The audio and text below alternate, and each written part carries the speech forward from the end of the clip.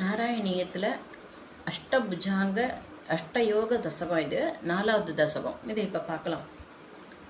கல்பதாம் மம குருஷ்வதாவதீ கல்யதே பவது பாசனம் யயா ஸ்பஷ்டமஷ்டவிதயோக சர்சயா புஷ்டயா சுதவதுஷ்டிமாப்யுனா ब्रह्मचर्य दृढतातिभिर्यमै राप्लवादिनियमै सपाविताः कुर्महे दृढममी सुखासनं पङ्कजात्यमपि वा भवत्पराः दारमन्तुरनुसिन्त्य सन्ततं प्राणवायुमवियम्य निर्मला इन्द्रियाणि विषयाददापहृत्य स्वप्नहेव वदुपासनोन्मुखा अस्फुटेव भूषिते प्रयत्नतो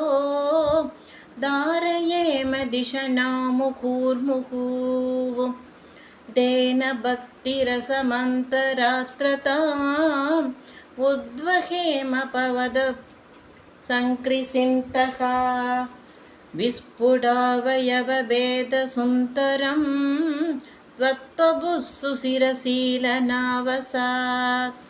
आश्रमं मनसि चिन्तयामहे ध्यानयोगनिरतास्पताश्रयाः ध्यायतां सकलमूर्तिमीतृसम् उन्मीषन्मधुरदाहृदात्मनां सान्द्रमोदरसरूपमान्तरं ब्रह्मरूपमयि देवपासते तत्समास्वतनपरूपिणीं स्थितिं त्वत्समाधिमयि विश्वनायक आश्रिता पुनरदः परिस्युदावराभेमहि